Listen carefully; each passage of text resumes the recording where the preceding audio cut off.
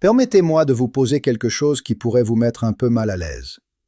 Si quelqu'un vous disait que la stratégie d'investissement que vous avez suivie toute votre vie adulte, celle qui semblait sûre, celle qui semblait responsable, celle que chaque magazine et chaque ami bien intentionné vous a dit de suivre en vieillissant, mettait en réalité votre retraite en grave danger, voudriez-vous le savoir? Bien sûr que oui. Et c'est exactement ce dont nous allons parler aujourd'hui. Parce que la sagesse conventionnelle sur l'investissement sûr après 60 ans n'est pas seulement dépassée. Dans certains cas, elle est franchement dangereuse. Et à la fin de cette vidéo, vous allez comprendre pourquoi et exactement quoi faire à la place. Mon nom est Robert, et je veux commencer par quelque chose qui est arrivé à l'une de mes clientes et à laquelle je pense souvent. Elle s'appelait Patricia. Elle avait 67 ans, récemment veuve, et elle est venue me voir avec un portefeuille que son conseiller précédent avait construit pour elle au cours de la décennie précédente. C'était, sur papier, exactement ce que la plupart des gens appelleraient conservateur et sûr.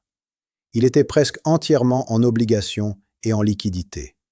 Son conseiller lui avait dit qu'à son âge, elle devait protéger ce qu'elle avait, arrêter de prendre des risques, préserver le capital. Cela semblait juste, ça paraissait bien. Mais quand nous nous sommes assis et avons examiné les chiffres ensemble, la réalité était dévastatrice. Son portefeuille croissait à moins de 2% par an. L'inflation tournait à plus de 4%. Chaque année, Patricia perdait du pouvoir d'achat.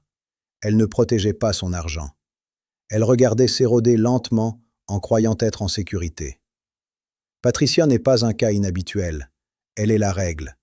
Et le conseil qui l'a mise là venait de personnes qui croyaient sincèrement l'aider. Avant de vous dire quels sont vraiment les investissements les plus sûrs pour les retraités, je dois vous expliquer pourquoi les vieilles règles ne fonctionnent plus. Et ça se résume à un mot que la plupart des contenus financiers refusent de prendre au sérieux: la longévité. Quand la sagesse conventionnelle sur l'investissement retraite a été développée, l'idée que vous devriez passer presque entièrement aux obligations en vieillissant, la vieille règle de soustraire votre âge de 100 pour obtenir votre allocation en actions, le retraité américain moyen vivait environ 12 à 15 ans après la retraite.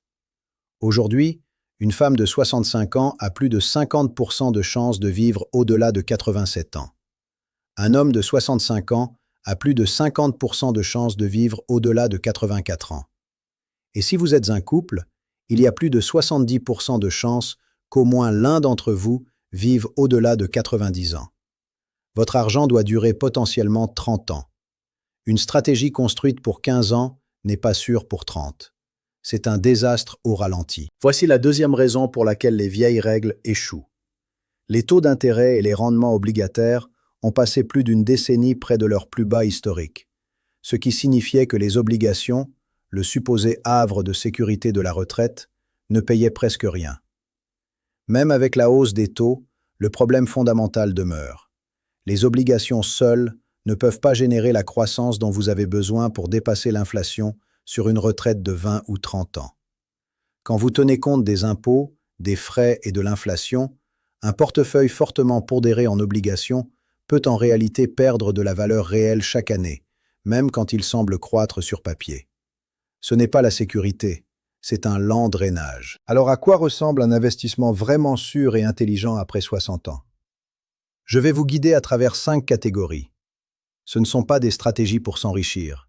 Ce sont des stratégies pour rester solvable, conçues pour protéger votre pouvoir d'achat, générer des revenus fiables et vous donner la tranquillité d'esprit sur le long terme. La catégorie 1 est les actions à dividendes. Et c'est là que la plupart des personnes de plus de 60 ans commettent leur plus grande erreur en les évitant complètement. Je comprends l'instinct. Les actions semblent risquées. Les marchés montent et descendent. Vous avez entendu les histoires d'horreur. Mais voici la réalité que la plupart des gens ne connaissent pas.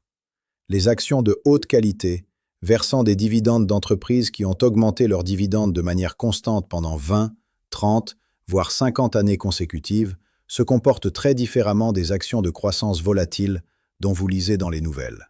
Des entreprises comme Johnson & Johnson, Procter & Gamble, Coca-Cola et d'autres dans ce qu'on appelle l'indice Dividend Aristocrats ont payé et augmenté leurs dividendes à travers des récessions, des krachs boursiers, des pandémies.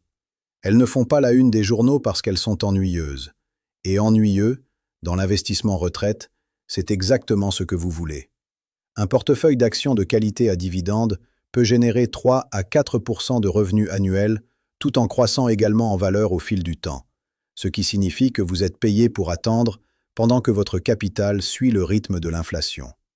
C'est la combinaison que le portefeuille obligataire de Patricia ne pourrait jamais offrir. La catégorie 2 est les titres du Trésor protégés contre l'inflation, que la plupart des gens connaissent sous le nom de TIPS.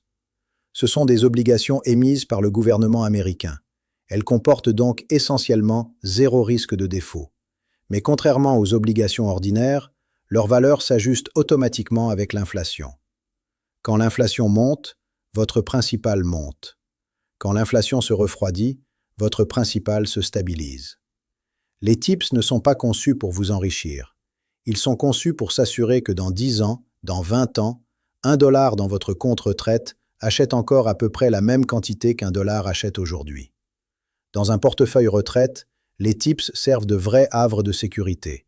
Pas les obligations ordinaires, pas les liquidités, pas les CD.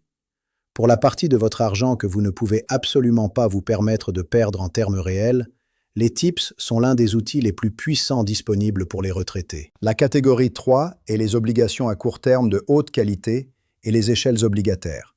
Et c'est là que les obligations appartiennent dans un portefeuille retraite. Juste pas de la façon dont la plupart des gens les utilisent. Au lieu d'acheter des obligations de longue durée qui sont très sensibles aux variations des taux d'intérêt, l'approche intelligente est de construire ce qu'on appelle une échelle obligataire. Voici comment ça fonctionne. Vous prenez une partie de votre portefeuille et la divisez en parts égales. Vous mettez une part dans des obligations qui arrivent à échéance dans 1 an, une autre part dans des obligations qui arrivent à échéance dans 2 ans, une autre dans 3 ans, et ainsi de suite jusqu'à 5 ou 7 ans. Chaque année, quand l'obligation la plus courte arrive à échéance, vous dépensez cet argent si vous en avez besoin ou vous le réinvestissez au bout de l'échelle. Cette stratégie vous donne 2 choses simultanément. La sécurité de savoir qu'une partie de votre argent arrive toujours à échéance à court terme et les rendements plus élevés qui viennent de détenir des obligations à plus long terme. Vous n'avez jamais à vendre à un mauvais moment parce que vous avez toujours de l'argent arrivant à échéance selon le calendrier prévu. La catégorie 4 est les I-bonds, et c'est l'un des outils retraite les plus sous-utilisés qui existent. Les I-bonds sont des obligations d'épargne émises par le Trésor américain qui rapportent un taux d'intérêt composite basé en partie sur un taux fixe et en partie sur le taux d'inflation actuel. Ces dernières années, quand l'inflation était élevée, les I-bonds payaient plus de 9%, plus que presque tout autre investissement sûr disponible. Même en temps normal, ils paient plus que les comptes d'épargne ordinaires ou les CD. Il y a des limites d'achat, actuellement $10 000 par personne et par an. Mais pour les retraités qui veulent un endroit sûr et protégé contre l'inflation ou placer une partie de leur liquidité, les I-bonds sont l'une des meilleures options qu'offre le gouvernement et presque personne n'en parle. Vous pouvez les acheter directement au Trésor américain sur treasurydirect.gov, sans courtier, sans frais. La catégorie 5 est ce que j'appelle la stratégie des sauts, et cela concerne moins un investissement spécifique qu'un cadre pour organiser tout ce que j'ai décrit. La stratégie des sauts divise votre épargne retraite en 3 sauts distincts en fonction de l'horizon temporel. Le saut 1 contient 1 à 2 années de dépenses de vie en liquidité ou en investissement très sûr à très court terme. C'est l'argent que vous allez dépenser à court terme. Il ne va jamais en bourse. Il ne va jamais dans quoi que ce soit de volatile. Il est simplement là pour que vous ne soyez jamais obligé de vendre des investissements à un mauvais moment, juste parce que vous avez besoin d'argent pour payer vos factures. Le saut 2 contient 3 à 10 années de dépenses en obligations, TIPS, I-bonds et investissements équilibrés conservateurs. Cet argent n'est pas pour être dépensé maintenant, mais il le sera à moyen terme. Il est donc investi de façon conservatrice. Le saut 3 contient le reste, l'argent dont vous n'aurez pas besoin pendant une décennie ou plus, et c'est là que vous gardez vos actions à dividendes et vos investissements en actions. Parce que vous avez 10 ans ou plus avant d'avoir besoin de cet argent, vous pouvez vous permettre de le laisser traverser les fluctuations du marché sans panique.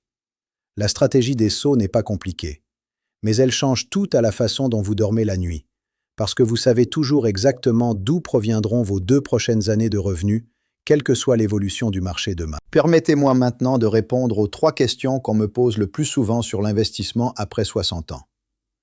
La première question est: devrais-je encore contribuer au marché si je suis déjà à la retraite? La réponse est oui, mais stratégiquement. Si vous avez le saut 1 et le saut 2 entièrement financés, mettre de l'argent nouveau dans des actions à dividendes ou des fonds indiciels n'est pas imprudent. C'est une planification intelligente à long terme pour les années ultérieures de votre retraite. La deuxième question est: qu'en est-il des rentes viagères? Les rentes sont un sujet sur lequel je pourrais faire toute une vidéo, et je le ferai. Mais la réponse courte est que certains types de rentes, spécifiquement les rentes viagères simples, pas les rentes variables compliquées avec des frais élevés que certains conseillers vendent, peuvent être un outil légitime pour créer des revenus garantis à vie. Le mot-clé est simple. Si vous ne pouvez pas l'expliquer à quelqu'un en 2 phrases, ne l'achetez pas. La troisième question est: combien devrais-je garder en liquide? Assez pour couvrir 1 à 2 années de dépenses, comme je l'ai décrit dans le saut 1. Au-delà, les liquidités assises dans un compte d'épargne ordinaire ne sont pas sûres. Elles perdent lentement de la valeur à cause de l'inflation. Les comptes d'épargne à haut rendement et les fonds du marché monétaire sont de meilleures options pour les liquidités excédentaires. Voici quelque chose que je veux que vous compreniez vraiment, et c'est la chose la plus importante que je dirai aujourd'hui. L'objectif de l'investissement retraite n'est pas d'éviter tout risque. C'est d'éviter les bons risques tout en prenant les bons risques. Le risque de perdre de l'argent lors d'une baisse du marché est un risque dont la plupart des retraités sont hyper conscients et contre lequel ils se surprotègent. Mais le risque de ne pas faire croître votre argent assez vite pour suivre l'inflation sur une retraite de 30 ans, ce risque est invisible. Il n'apparaît pas comme une perte sur votre relevé. Il apparaît 10 ans plus tard quand votre argent achète moins qu'avant et que vous ne pouvez pas comprendre pourquoi. Se protéger contre le risque invisible est tout aussi important que se protéger contre le risque visible. Les personnes qui réussissent à faire ça sont celles qui prennent leur retraite dans la dignité et y restent. Voici 3 choses que vous pouvez faire cette semaine. Premièrement, découvrez exactement quel taux d'intérêt votre compte d'épargne paie actuellement. S'il est inférieur à 4%, vous perdez du pouvoir d'achat chaque jour. Déplacez cet argent vers un compte d'épargne à haut rendement ou un fonds du marché monétaire immédiatement. Deuxièmement, renseignez-vous sur les iBonds sur treasurydirect.gov et envisagez d'acheter le maximum de 10 000 $ cette année si vous avez des liquidités dont vous n'aurez pas besoin pendant au moins 12 mois. Troisièmement, notez quel pourcentage de votre portefeuille retraite totale est actuellement en actions, obligations, liquidités et autres actifs. Si vous avez plus de 60 ans et que votre allocation en actions est inférieure à 30%, vous êtes très probablement sous-investi à long terme et vous laissez de la vraie croissance sur la table. Voici ce que je veux que vous reteniez d'aujourd'hui. Numéro 1. La sagesse conventionnelle de passer presque entièrement aux obligations en vieillissant a été construite pour une retraite plus courte que celle qu'auront la plupart des gens. Elle est dépassée et dans bien des cas dangereuse. Numéro 2. Les actions à dividendes, les TIPS, les iBonds et les échelles obligataires sont les éléments de base d'un portefeuille retraite vraiment sûr et orienté vers la croissance. Numéro 3. La stratégie des sauts vous donne la protection émotionnelle et financière pour rester le cap pendant la volatilité du marché, sans jamais être forcé de vendre au mauvais moment. Laissez un commentaire maintenant même et dites-moi, à quoi ressemble votre portefeuille retraite actuel? Principalement des actions, principalement des obligations, principalement des liquidités? Aucun jugement, je veux juste comprendre avec quoi vous travaillez. Si cette vidéo vous a été utile, veuillez vous abonner. Demain, nous allons parler de quelque chose qui surprend les gens complètement. Les impôts qui attendent les retraités de l'autre côté de la retraite. Des impôts sur votre sécurité sociale. Des impôts sur vos retraits de 401K. Des impôts auxquels vous n'aviez jamais eu à penser pendant que vous travailliez. Cette vidéo pourrait vous faire économiser des milliers de dollars chaque année. À demain.